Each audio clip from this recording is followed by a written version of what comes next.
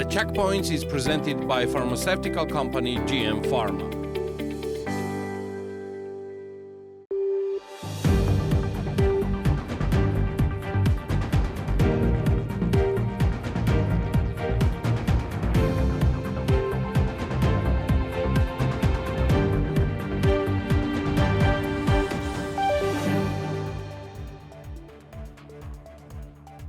The Georgian passport now holds the 44th place in the Henley Passport Index, which ranks passports of the world according to the number of countries their holders can travel to visa-free.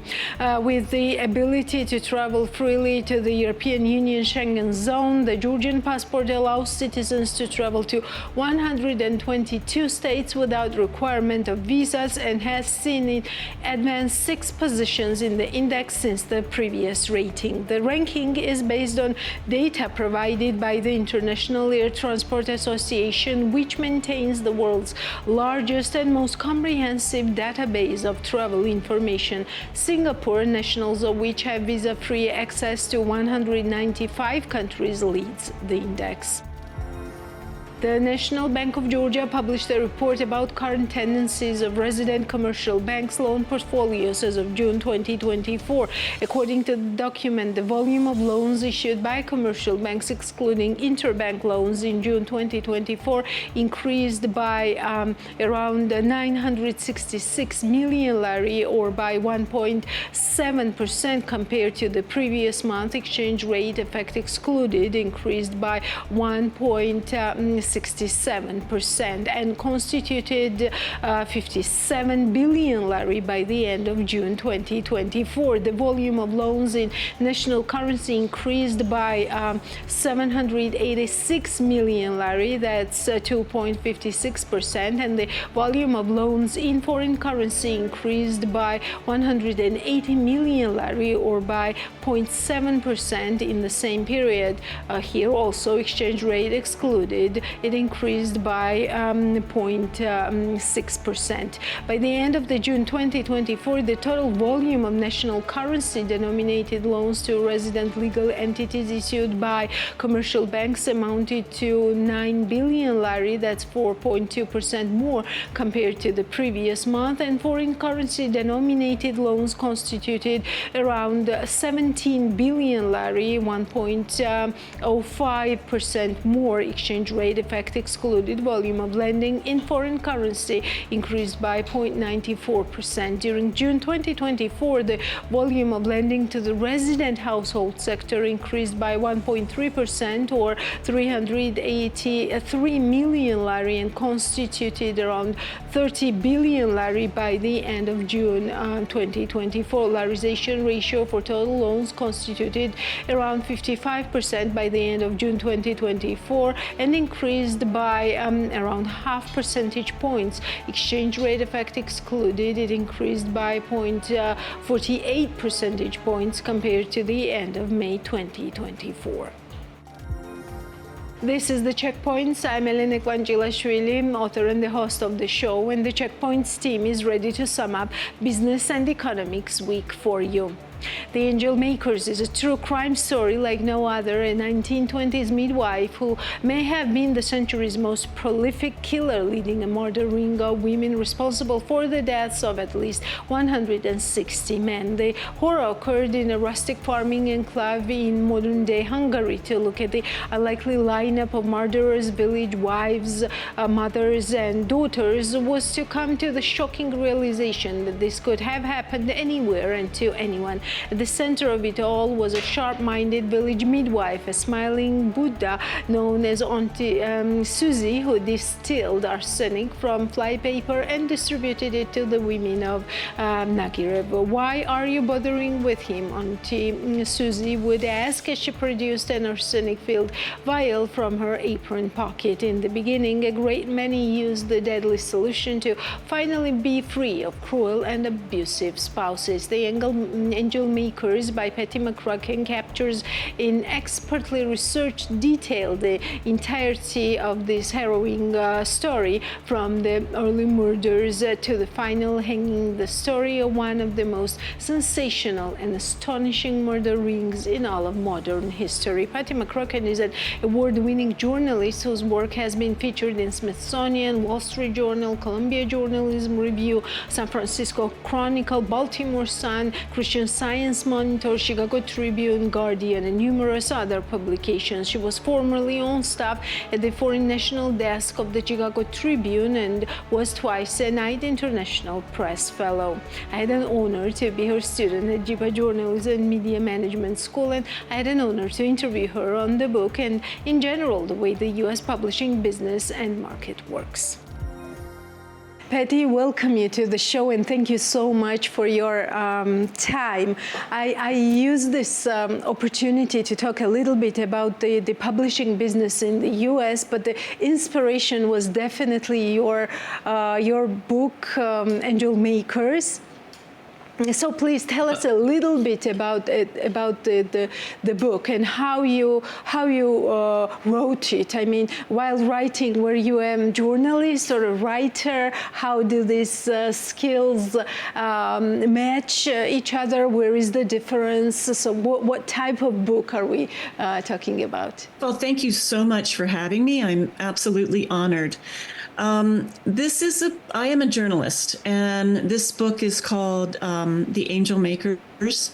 It is about a midwife in Hungary in World War I all the way up through about 1930, who was using arsenic to give to her neighbor women, to use basically to kill abusive husbands. It was used otherwise for other purposes, to kill other relatives, but that was largely what was going on for so many years.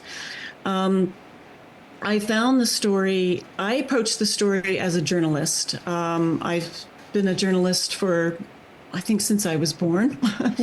I was living in Austria at the time, in a small village right on the triangle where Austria and Slovakia and Hungary meet. And I found out about this story I was kind of traveling down the internet roads one day, and I saw a little piece about this odd event of these arsenic poisonings in this little Hungarian village. And well, that's not too far from me. So I have a neighbor at the time who was a photographer, and I said, Harold, do you want to take a road trip? And he said, yes, let's do it. So we went there, and I mean, it was life-changing in a way for both of us. It was a very profound experience to go to this village and to realize that everybody in the village is descended from either a victim or perpetrator or both. And so that hit me as a journalist, but it also hit me as a human being, as a granddaughter, as a daughter. Exactly. With family members, it was very powerful. So eventually the story was written. I reported it as a journalist, and I wrote it as a writer. And I wrote it, people call it a true crime novel. You can call it a novel. I don't call it a novel, but it's written like a novel. You know, I compare it to the difference between a documentary and a docudrama. So I felt like, since these women who did these deeds, such as they are, and these men who were killed, nobody's here to get at the emotion of it. They're long since dead. So I felt I needed to do everything I could do to try to bring back the DNA of this story. Patty, how long me, did it take for you to understand your characters and the story first, and then to write it in such an interesting manner, right? Because this probably was also new, how to write it, how to portray these people that are long dead. That's, of all the interviews I've done, I've never had that question. That's an excellent question. I first approached it, I felt really like a detective. There was a lot of information and it was very complicated. And I had an assistant who was aptly named Attila. And I moved to the area where everything took place, and I hired English translators. But I approached it more like a detective trying to piece things together, because I was just given boxes and boxes and boxes and boxes of information. And at some point it became kind of personal. I think I've sort of maybe lost the thread of your question, but at some point it became less like a detective and more like a responsibility to the truth of the story, the facts of what happened, setting the record straight. There was a lot of misinformation that traveled with these women up through the ages that I felt a responsibility to set the record straight.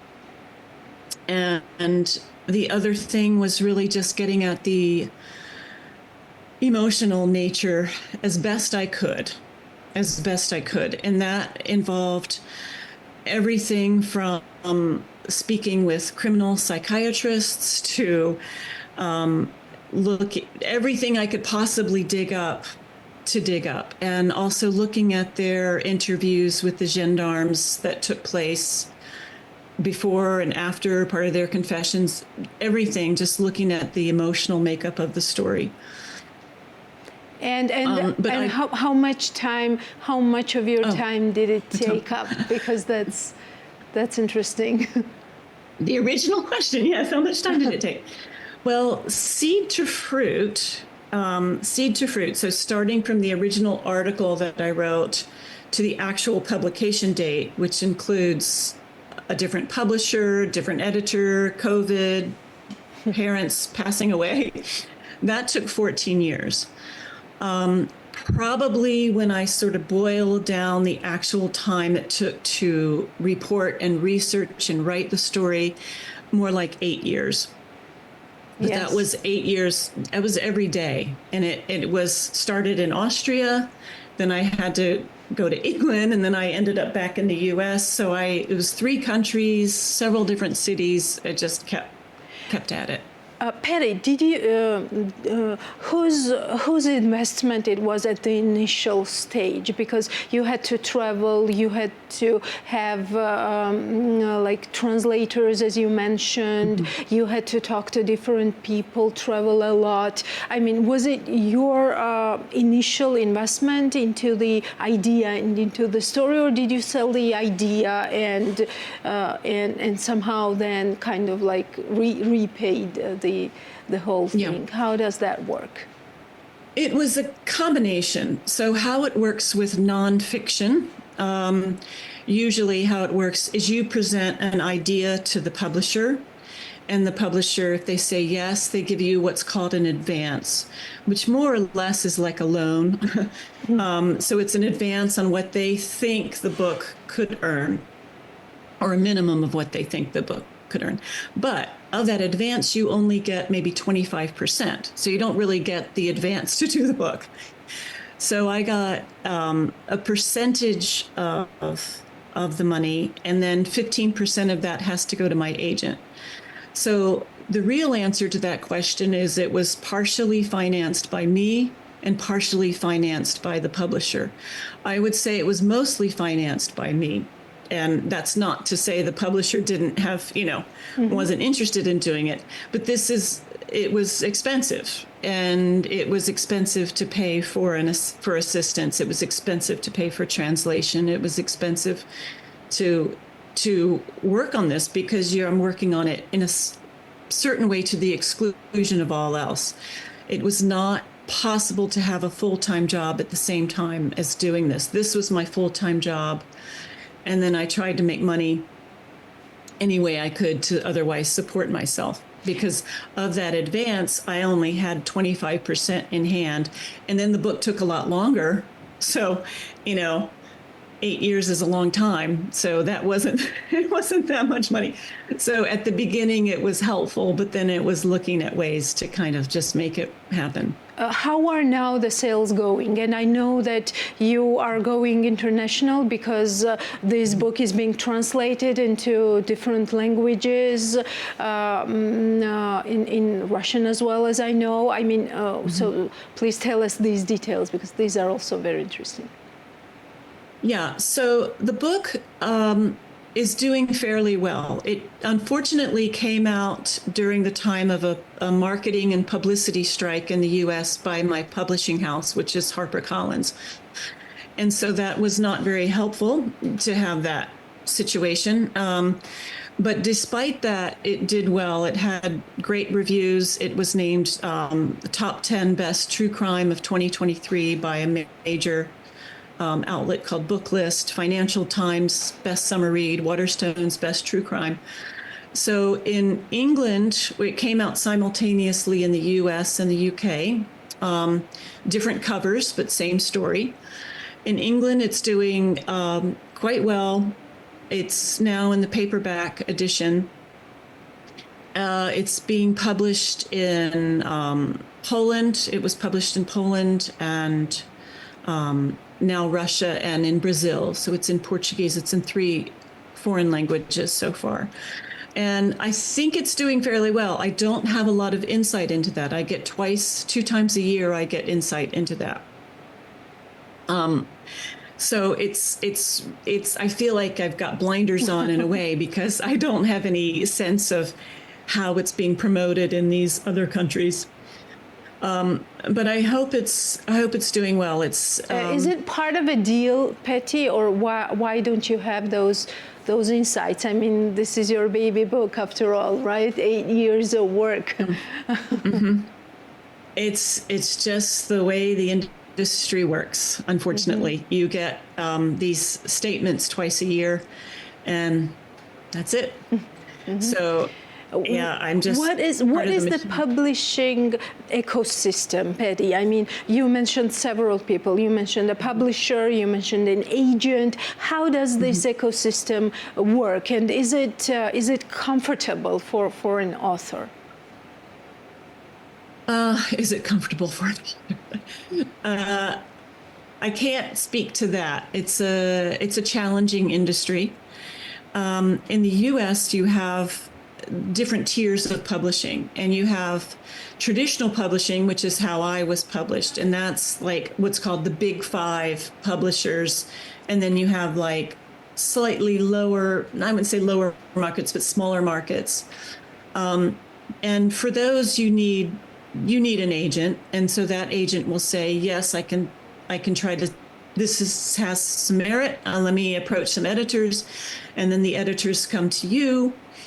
And they all have marketing meetings. It's very big industry, kind of maybe how Hollywood might run.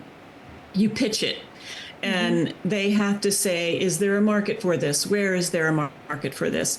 How much are we going to pay for this? So it's all kind of very commercial on that end. So that's the end I'm involved in sort of what's called the traditional publishing. I think in a certain way it works because it's controversial and it's changing. But it's helpful to have an agent because the agent can go through all the legal contracts. Is this a fair contract? They know the business. They know the editors that will want this. So I let them do their job. I want to do my job. I want to write a book and I want it to sell well. The agent is the one who knows how to all the editors that they will do. So that for me is comfortable, so far it's working. So we'll to see how it goes. Yeah. Also, Patty, I saw your tours, your book reading sessions. I was looking when researching for this interview, and they were going quite well in some areas. What is this process? Is it also an organized thing for you to promote your book, and is it kind of like set by the interests? I mean, what type of readers might be interested in this book, or is it up to you to have those book reading sessions? That was up to me. Since COVID, the publishers are less likely to spend the money to send you out to these book events, because for them it's quite costly. I wish they had paid for that. That would have been helpful. But I booked those mostly. Sometimes it's a mix. But that was just working with the independent booksellers and doing my part in marketing, because even though the publishing house has a marketing department, my marketing department was on strike for most of the time that my book was coming out. So even if it hadn't been, I still would have been trying to do what I could to hustle to get my book to the attention of people, everybody I could possibly know. I'm not a big social media person. That's just me. But so I had to find other ways to do it, and really trying to work with independent booksellers, work around. Amazon is great. Not going to say Amazon, but you really want to support these private owners who are trying to make a living off of selling books. And so that was always nice, because they'd welcome you into their events. And I mean, it's great because, I spent so many years just waking up in the morning and then writing my book by myself. So it was really great to be able to actually talk about this story that I couldn't really talk about before because nobody else knew the story. So it was really wonderful to meet with readers and to say, yeah, Auntie Susie, this midwife, wasn't she? Isn't this a crazy story? Yeah. And they're like, yeah, it was a crazy story. So yeah, it was really also very satisfying to understand how readers perceived the story, because sometimes they had insights that I have never had, and to see experience how they related to the story, which was very, very rewarding. I never imagined it would be so rewarding that my readers would take to heart these people and to really feel their lives the way I felt them. Yeah. Can we say that now this book is bringing like revenue for you? Is it a business in the sense that you might invest something, but then you are rewarded for your work actually from this standpoint as well? I hope to see a return. It's coming close. But I hope to see a return because I get a percentage of the profits.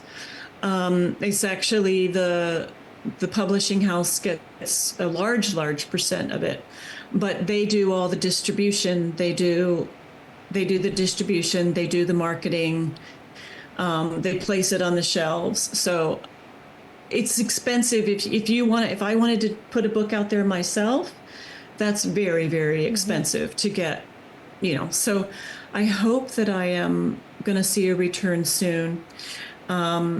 It's difficult days, but hopefully with a book that has been this well reviewed by the community and by the readers, I'm hoping that I'll see a return soon. I won't know. Like I said, every 6 months I get a statement, and if money comes with it, it's like, yes. Good. So most books don't earn out their advances. It looks like my book will earn out its advance, and that's I'm told that's good for a first-time author. So I just have to hope and see how it does. Great. Is it a motivation for you to write another book, Fethi, or do you need that inspiration? Do you need that story that you came across? I need the story. I'm the one who has to sort of feel that connection to the story. I'm not necessarily looking for a story yet, but I have my sort of eyes and ears out for one that will come along. And my last question, Patty, how does the copyright work now? I mean, who is the owner of the rights on this book? For example, if we wanted to translate it into Georgian, should we approach you or the publishing house, or how does that copyright thing work? Well, you would approach the publishing house. If you need to approach me, then I would send you to the publishing house, HarperCollins. So in that works, it's called subrights. So they ask for the rights to reproduce this work. And then then the publishing house comes to me and says, do you want to give them the rights to produce this work? And I would probably say yes. For example, with Russia, I said yes under certain conditions. The publishing house, that it didn't have ties with the government. That was the conditions under which I said, okay. But yeah, so normally they would do that, and they would pay a small amount, whatever money they negotiate, they pay for the rights to publish. And then, for example, Georgia would certainly take care of who is the translator, and of course, everything would be done on that end in terms of translation. Well, I hope to see you in Tbilisi someday with the book. I would love to be part of your book reading session. I'm pretty sure it will be a wonderful, wonderful experience. And thank you for your time again so much. Thank you. And hello to Georgia. I miss my time there. Hello, Rustaveli Street. Yeah. That's where our office is. Yes, right. Okay. All right. And thank you. And I wish I remembered how to say thank you. Madloba. It's Madloba. Not Mad. Oh, Madloba. No, I'm going to mess it up. I'm going to mess it up. Okay. Thank you, Patty. All right. Thank you so much. Thank you so much. And I appreciate this. What was new in business in Georgia this week? Natia Taktakishvili will tell us more. GT Motors laid the foundation for the construction of new eco-friendly European standard showroom for BMW and Mini, the investment of which amounts to 20 million lari. The project is being implemented in accordance with the requirements of BMW's completely new standard retail Next, which means creating maximum comfort for the customers. The showroom will feature several lounges, a bar and private spaces. The new building will be constructed on a total land area of 8,800 square meters, which will also include indoors green spaces, additional parking lots, and a gym specially for the employees. The Georgian architectural company Tefani is working on the project together with BMW's German architects. According to the latest standards, solar panels and environmentally friendly materials will be used in the construction. It should be noted that GT Motors became the winner of the BMW's President Award for the first time among 44 countries worldwide. The new BMW and Mini showroom will be built at David Aghmashanabeli Olei. Mamisa Varshalomidze, the executive director of Dreamland Oasis Chakwi, evaluates the summer season with BMWG, notes that the current season's trend is better than last year's. According to him, an increase in Georgian gas can be observed this year, in addition to visits from CIS and Gulf countries. At this stage, we have group and individual bookings. The hotel is loaded with 80%. The complex includes 300 hotel rooms and 600 airport hotels. We have guaranteed bookings for July, August, and the hotel is almost fully booked. As for accommodation prices, they range from $200 USD to $330 USD per night with breakfast, Varshalomidze says. Dreamland Oasis Chakwi is a premium resort and residential complex located in the town of Chakwi on the first coastline of Black Sea. The complex has an outstanding infrastructure which is almost fully surrounded by recreation areas.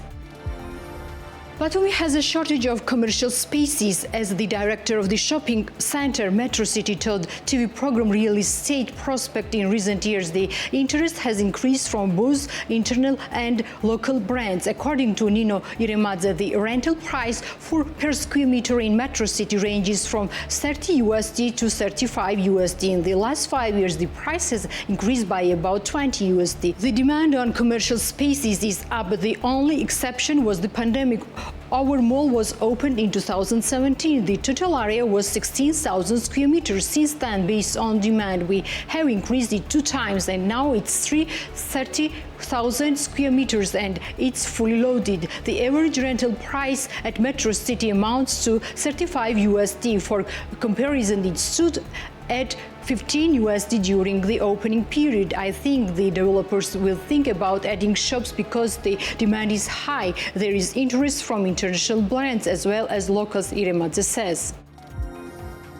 The jewelry house Zarab Khana claims that the demand for gold products has a positive trend and sales have increased by 11% in H1 of this year. As the director of the company, Tornike Samkharadze, told BMDG, demand for Georgian products is growing both from European and Arab countries. According to him, the company's current plans include full operation of the new enterprise by the end of the year and opening new branches, including in London. Demand is quite high. If we compare H1 of the current year with the 6 months of the last year, demand has increased by about 11%. We conduct a quarterly consumer survey and 93% of our customers are Georgian, although there is great interest in Georgian gold from foreigners, especially from the United Arab Emirates. They buy our products also for America and Baltic countries. One of the interesting markets for us is London, where we are considering opening another branch. Also, by the end of the year, our new enterprise will be fully launched, will allow us to increase production, said Tornike Samkharadze.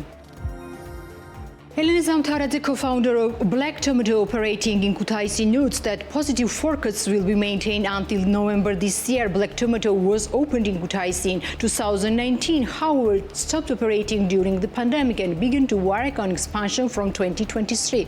Black Tomato moved to a new location in Safichia district. In 2023, we operated only 5 groups and could accommodate 26 guests, but this year we received 36 guests with 9 rooms. We can say that the workload has increased, but we cannot compare it with last year because our facility was not fully open, says Elena Zamtaradze. The co-founder of Black Tomato also notes that the hospitality facility keeps busy throughout the year. Black Tomato's workload has not been less than 60% even in the winter months. Speaking about the expectations of the tourism, Elena Zamtaradze notes that along with the summer months, advance bookings have already been received and it's expected that November will be considered as the end of the active season. Black Tomato includes 7 private rooms and 2 shared dormitories. The cost of accommodation in a hotel has not changed since last year, and in the case of a private room, it costs from 120 lari to 240 lari,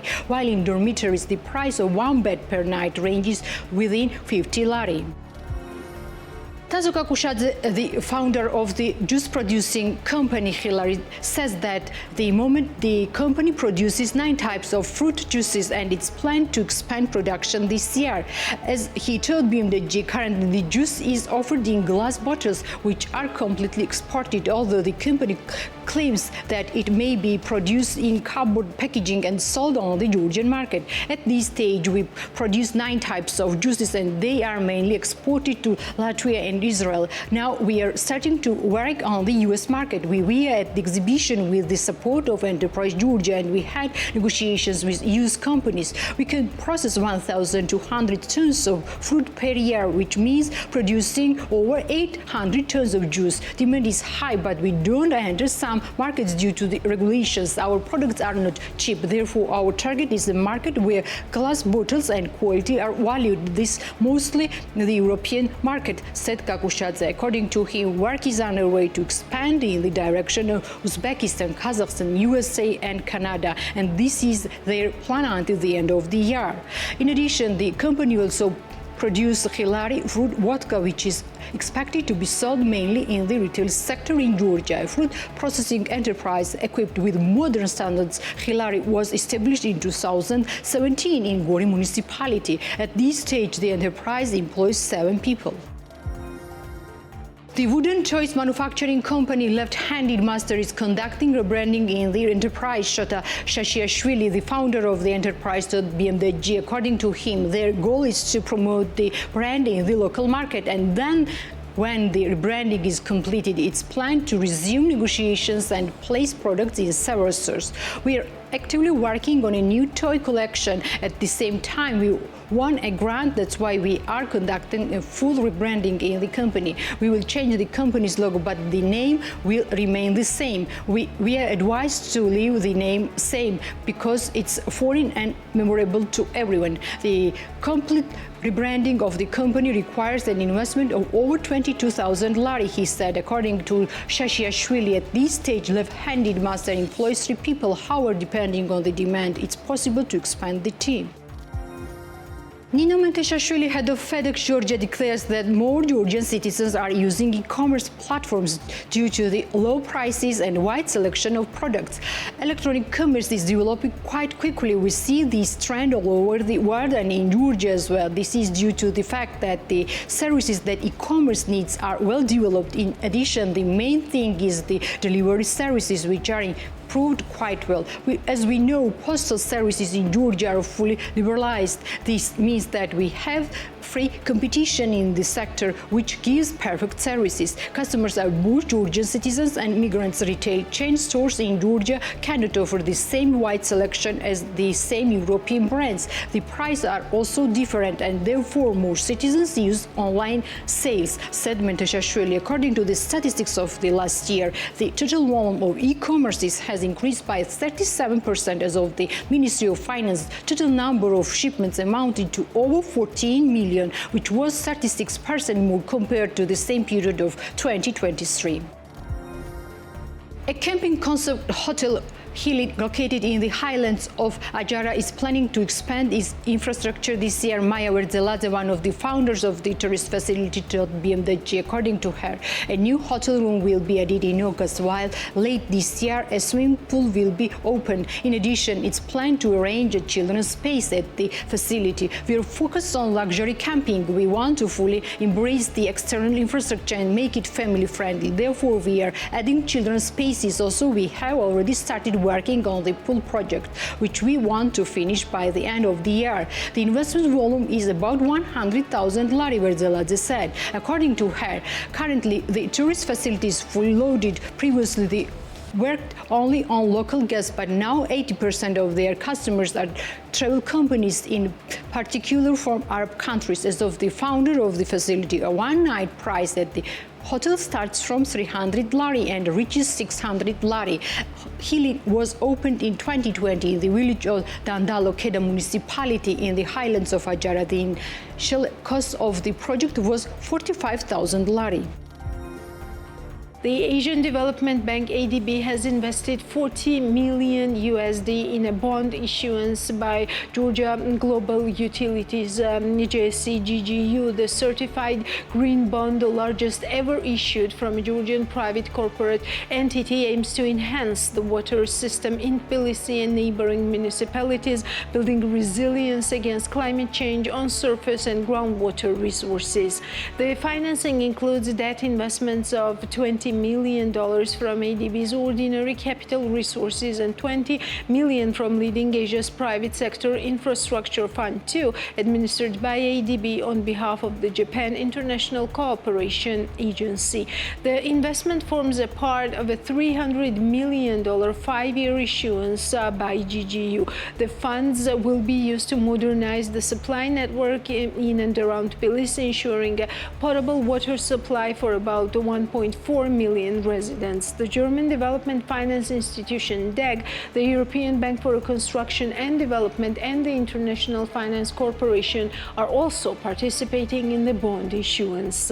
ADB's anchor investment in GGU's green bond will boost international confidence in Georgia's capital market and enhance the country's climate resilience, said ADB Director General for Private Sector Operations Suzan Gaburi.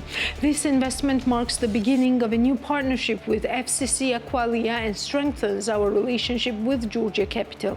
ADB is committed to supporting developing member countries in mobilizing domestic and foreign private capital for bankable and impactful development projects. Since 2019, ADB has pioneered the environmental, social, and governance ESG thematic bond market development in Georgia. ADB has played a catalyzing role in landmark transactions, including the first and largest green, gender, and sustainability-linked bonds in US dollar and local currency. GGU's green bond is certified by Det Norsk Veritas and complies with the International Capital Markets Association's green bond principles. Green bonds are used to finance projects that help to achieve climate goals. GGU's green bond issuance aims to finance important investments that will improve Georgians' access to safe and reliable water supply while supporting the country's adaptation to the adverse effects of climate change, said FCC Aqualia SA Chief Financial Officer Isidoro Marban. This landmark transaction promotes sustainable financial instruments and standards in Georgia and the Caucasus region. We are thankful for ADB's support and look forward to further collaboration on climate investment. Since 2011, ADB has invested over $800 million in Georgia's water sector, contributing to the country's resilience to climate change. GGU is owned by Aqualia Georgia LLC and Georgia Capital GSC GCAP, one of Georgia's largest and most diversified investment companies. Aqualia Georgia LLC is a subsidiary of a leading Spanish water company, FCC Aqualia SA, which operates in 18 countries. LEAP2 is an ADB-managed fund with a $1.5 billion commitment from GCAP. It focuses on sustainable private sector infrastructure projects that reduce carbon emissions, improve energy efficiency, and provide affordable healthcare, education, and communication services to ADB's developing member countries. The LEAP2 investment in the bond issuance by GGU is its second transaction since the fund's replenishment in December 2023. ADB is committed to achieving a prosperous, inclusive, resilient, and sustainable Asia and the Pacific while sustaining its efforts to eradicate extreme poverty. Established in 1966, it is owned by 68 members, 49 from the region. Before we close up today, let us review the week in Georgia's economy, covering its main news and trends. Georgian Prime Minister Irakli Kobakhidze has stated that NATO is not currently prioritizing enlargement due to the ongoing regional situation. Kobakhidze explained that the alliance is not actively pursuing the inclusion of Georgia and Ukraine at this time. NATO is not currently not focused on enlargement due to the current regional situation, the Prime Minister said. The alliance is not actively discussing the enlargement in terms of Ukraine and Georgia at this time. When the situation in the region changes, when the situation calms down, the situation may also change, but for now, NATO's attention is not directed towards enlargement, which has specific reason, Kobakhidze said. In Q2 2024, residential property price index in Georgia increased by 4.8% compared to the previous quarter, while the annual increase amounted to 14.9% according to the National Statistics Office of Georgia. Compared to the 2020 average, the index change amounted to 48.1%. Residential property price index covers the market of the new residential property in Tbilisi, both flats and detached house segments. In the Q2 2024, a price increase compared to the previous quarter was registered both in flats and detached house segment. Compared to the second quarter of 2023, the price increased in both segments for flats by 14.4% and for detached houses by 16.8%. Oncology patients will receive prescribed medicines directly at clinics from July 2024 based on the decree of Georgian Health Minister Mikhail Sarjueladze. Through the facilitated method, the oncology patients will receive the medicines directly at clinics instead of just prescription and exploring pharmacies for them. I would like to thank each stakeholder and participant involved in the work process. The mentioned change is another important step towards improving the standard of protection of patients' interests and rights. The minister remarked that the change would not resolve all problems facing oncologic patients, but pledged to continue work on improvement of the healthcare system oriented towards the patients. He also wished patients quick recovery and health. Mariam Krivishvili, Deputy Minister of Economy and Sustainable Development, held final meetings with leading British airlines regarding the start of direct air traffic between Georgia and Great Britain. Our priority is to have direct flights with the Great Britain. For this purpose, we are conducting active negotiations with airlines so that they can start direct flights to Georgia. Diversification of markets is a priority for our aviation and tourist policy. The start of direct flights will help to attract tourist flows with high purchasing power from Britain, said the Deputy Minister. According to Mariam Krivishvili, if the issue of starting flights is resolved positively, mass marketing campaigns will be launched in Great Britain to increase the awareness of Georgia and its tourist product and reflect the effect of direct flights to Britain on tourist results as quickly as possible. The Deputy Minister noted that the start of direct flights with Britain will have a particularly positive impact on the local tourist private sector, which will also be offer a variety of tourist services to high-spending British travelers.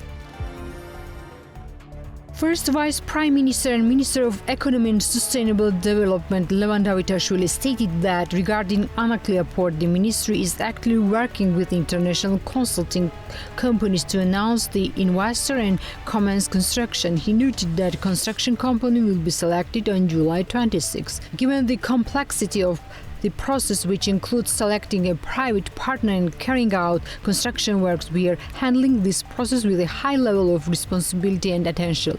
We have used a consultant to help us and clarifying questionnaires to the bidder, and we have received detailed responses this week. Our European consultant is currently processing these responses, and we anticipate receiving the consultant's assessment by the end of this week or early next week at the latest. If further clarifications are necessary, we may continue the dialogue with the bidder. Regarding construction work, we have conducted negotiations with the Big Four in a competitive environment, and we have selected the most experienced company in marine construction. We expect to complete this process tomorrow. In engineering consultants, we are also involved in evaluating the proposals submitted by the companies. We will announce the construction partner tomorrow and provide the public with the relevant information, Levan Davitashvili said. In half one 2024, Georgia received 87.2 million lari income from the services of transit trailers. According to the data from the state treasury, 249,000 transit trailers used the country's roads from January to June. Annual growth is insignificant, amounting to only 0.6%. As of May, 40,265 trailers passed through the country, and they paid 14 million lari to the budget. Compared to May, the number of trailers has decreased. In May, more than 46,000 transit trucks crossed the borders of the country. Each trailer pays 350 lari to use the Georgian road. It was noting that in 2023, 319.99 7 trailers passed through the corridor of Georgia. The revenues from toll roads amounted to 181 million lari, which is a record figure and showed an annual increase of 42%. Exports of mineral water are at a historic high. In January-June, Georgia received $80 million from the sale of mineral waters on the various markets worldwide, which was 23.4% more than the figure of same period last year. In total, 127,000 tons of mineral water we exported, which also exceeded last year's volume. Russia has been the main market of Georgian mineral waters for years. In January-June, Georgia sold the largest volume of the product in Russia, followed by Kazakhstan with 12.6 million USD and Ukraine with 9.4 million USD. Georgian Economy Minister Levan Davitashvili on Thursday told an official opening ceremony of the first authorized investment fund in the country that its launch had been an important alternative for accumulating and investing savings. Davitashvili said the country's government had been actively working on development of the capital market, with the work representing one of the important directions of our reforms, including a reform of investment funds on which he said the government closely cooperated with the state's National Bank. He added the establishment of the fund marked a very significant moment in the development of the country's economy. The Foresight Larry Money Market is launched by Foresight Investment Group, a licensed asset management company. The ministry said investors could increase their income by investing money in the fund using their own financial resources, with the minimum contribution to the fund being $100, while benefits are added to the daily balance. It is important for the country's citizens to have alternative investment tools, which means in addition to qualified investors who have specific experience in investments, ordinary citizens, companies, and consumers will have the opportunity to direct their savings to the investment fund and get the maximum benefit. The minister said this is a new alternative tool that will interest the population. Most importantly, it is an authorized fund, which means it is under the regulations of the National Bank, and its trustworthiness or reliability will be very high, he added. Davitashvili noted his office was actively working on providing the country with new financial tools, as the state needed more financial instruments at this stage of development, adding it was necessary to create more opportunities for both accumulation of savings and investment, and new tools for placing savings of users should be created a lot. I think that the stable economic development in recent years has gained the trust of a large part of our society, as well as increasing the credibility of new tools. And we see that what was very foreign to us is becoming more and more understandable every day. So the Ministry of Economy is intensively involved in such initiatives, he said. The official added the ministry would continue to create perfect financial instruments in the country, develop the capital market, and support investment funds, as their role in the domestic economy was very large. Natia Turnava, acting president of the National Bank of Georgia, also attended the opening ceremony of the first authorized investment fund in the country. In her address, Turnava said the presence of a developed investment fund market in the country will increase the demand for investment products and services, contributing to economic growth and the development of financial markets. Turnava emphasized the significance of tight collaboration with international financial institutions, government agencies, and the private sector to revitalize the investment fund industry. We're actively working on market development initiatives. We hope to lay the foundation for the future development of the investment fund sector in Georgia through close cooperation with the private sector, noted Natia Turnava. According to the NBG, the Foresight Larry Money Market, launched by Foresight Investment Group, is a new type of financial product that further expands the range of financial products available to the public and the business sector. And that's all for today. We'll meet next Sunday, 11 a.m. sharp. But before that, you have to check us out regularly on BM.G for more news and analysis on business and economics in Georgia, in the region, and beyond.